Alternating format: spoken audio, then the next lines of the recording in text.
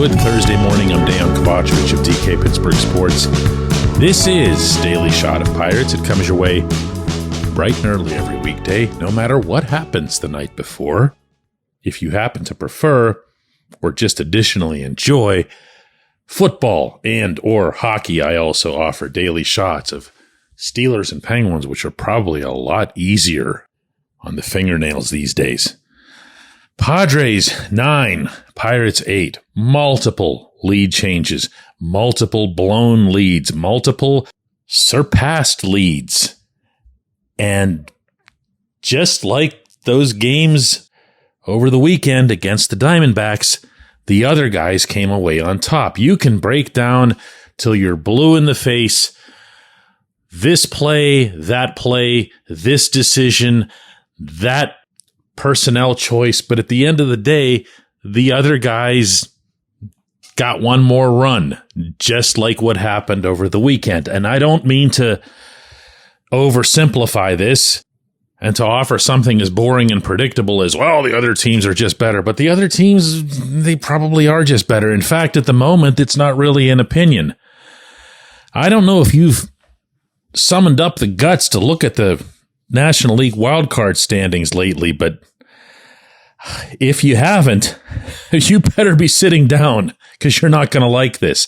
The Diamondbacks and the Padres, the two teams that are just swinging through here right about now, and of course in the Diamondbacks case, they just faced the Pirates out in Phoenix, have at the Pirates' expense taken control of the top two wild card berths. They are tied at 63 and 52. They're both on 4-game winning streaks. They're both on 8-2 runs over their past 10. And they're both beginning to creep up on the Dodgers, the team that's leading their division. Only 3 games back there, and I'm sure they're rightly setting their sights a lot higher than just making it as a wild card, much less, beating out the Pirates. The Braves are the third and final wildcard team. They're 60 and 53. Your team is now under 500, 56 and 57. 4 games behind the Braves for that final spot. Between the Braves and the Pirates, I'm sorry to do this. I know you don't want to hear it, but just I have a purpose here. Between the Braves and the Pirates are the Mets, the Cardinals, and the very much surging Giants, who a lot of people, myself included to an extent, had left for dead. They've just been riding the ridiculously hot bat of the rookie Tyler Fitzgerald.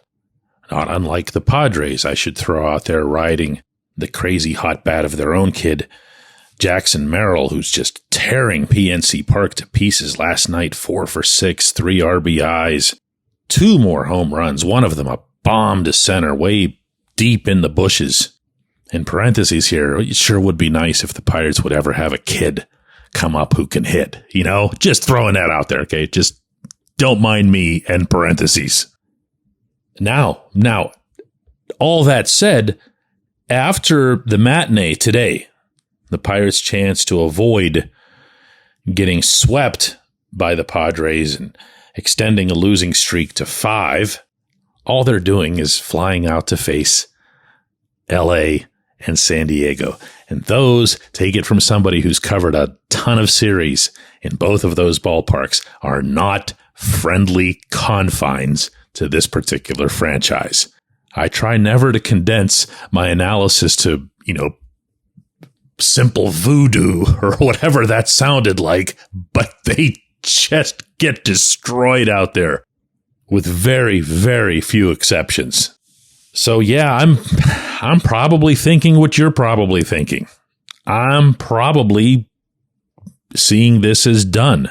And I know that mathematically that's a ridiculous thing to say, because being 4 games back on the 8th of August shouldn't scare anybody, shouldn't discourage anybody. Especially when you've got Paul Skeens, you've got Mitch Keller, and soon you're going to have Jared Jones back too. He's going to be heading out to Indianapolis to begin a rehab stint later today. And those guys should get you more wins than losses, which should keep you in this mathematically, maybe, all the way through for all we know.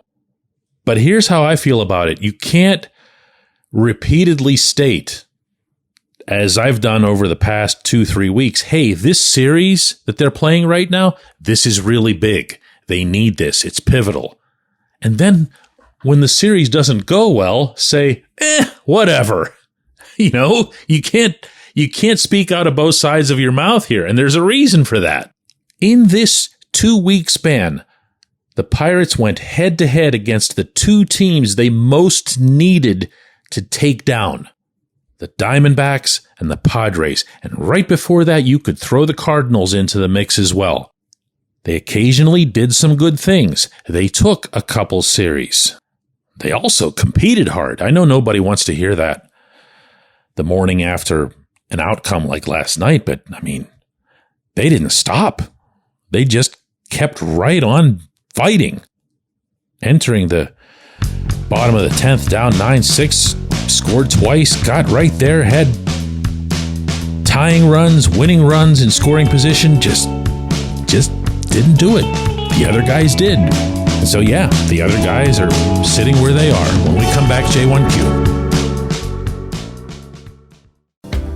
This portion of Daily Shot of Pirates is brought to you by our friends at North Shore Tavern. That's directly across Federal Street from PNC Park. It's home of Steak on a Stone, an eating experience, underscoring the word experience. The steak is brought to you partially cooked on an 800-degree stone, and you do the rest. It's a ton of fun, it's a great meal, and it's a baseball atmosphere like no other in Pittsburgh. North Shore Tavern, right across Federal Street from PNC Park.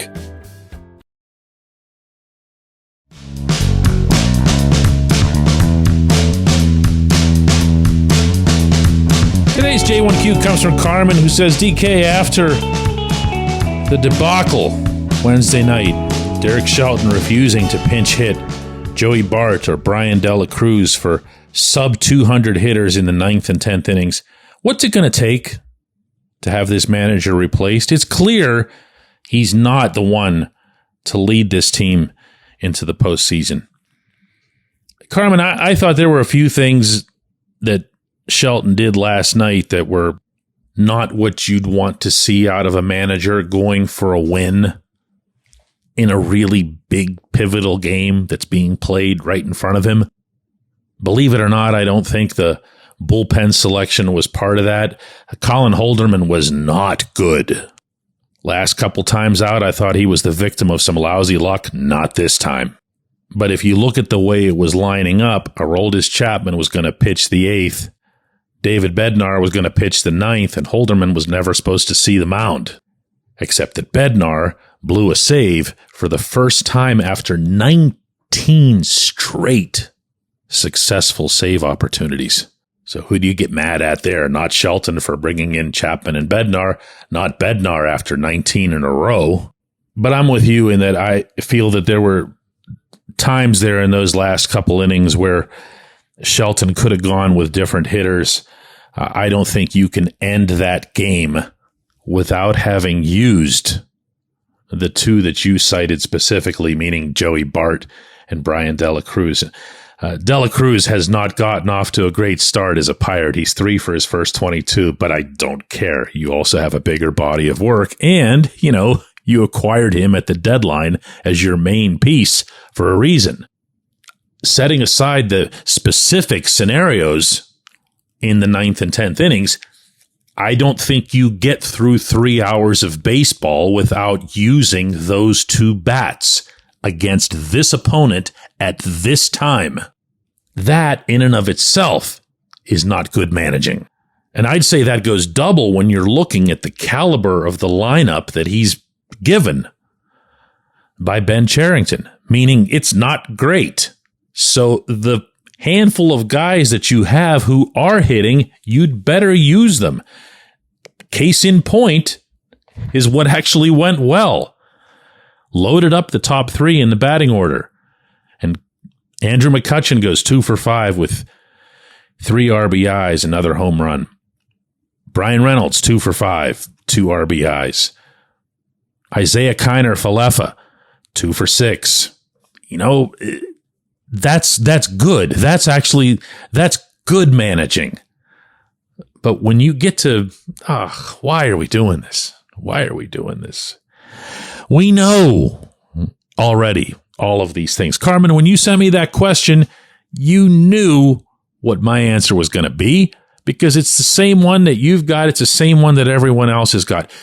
We consistently see signs from everyone in charge of anything associated with this franchise that they either fear success or they fear the risk that goes into success. And there's always risk. There's always something that you have to put out there that maybe you don't want to put out there. Maybe it's a trade commodity. Maybe it's a decision on whether or not to bunt or to pinch hit or who to bring in from the pen. Or, to spend money that you don't have in the moment. It goes all the way up, and it's a common characteristic all the way up. I appreciate the question. I appreciate everybody listening to Daily Shot of Pirates. We're going to do another one of these tomorrow.